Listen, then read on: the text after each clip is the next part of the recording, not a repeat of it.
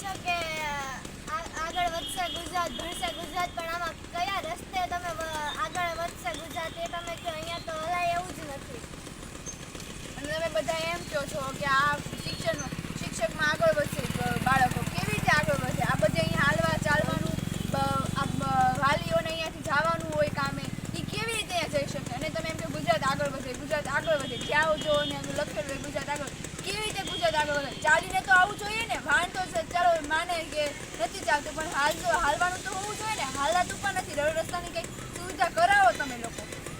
તમે એમ કહો છો કે અહીંયા ઓલું રોડ રસ્તા, હા ચાલો ચાલીને આવવાનું, આ આવવાનું, તે આવવાનું. હવે કેવી રીતે આવું? આપણા મા બાપ ખુદ આપણા અહીંયા માંડ ફી ભરતા હોય છે. તો એવી રીતે અહીંયા વાહન, ચાલો આપણે એમ કહીએ કે વાહન બંધ થઈ જશે. કેટલાનો?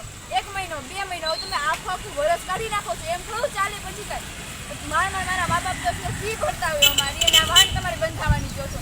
તમે કહો ને પોતાના જ વાહન અહીંયા મોકલાવી દો અમને, તો અમે ખુદ તમારા વાહનમાં આવી જશે. વાંધો નહીં અમને આવે.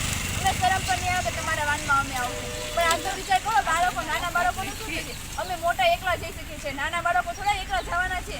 એ તમે એમ કહો છો કે ચાલો હાલીને જઈએ. નાના બાળકોનો તો વિચાર કરો જ તમે. કંઈ આવડા મોટા થઈને પોતાના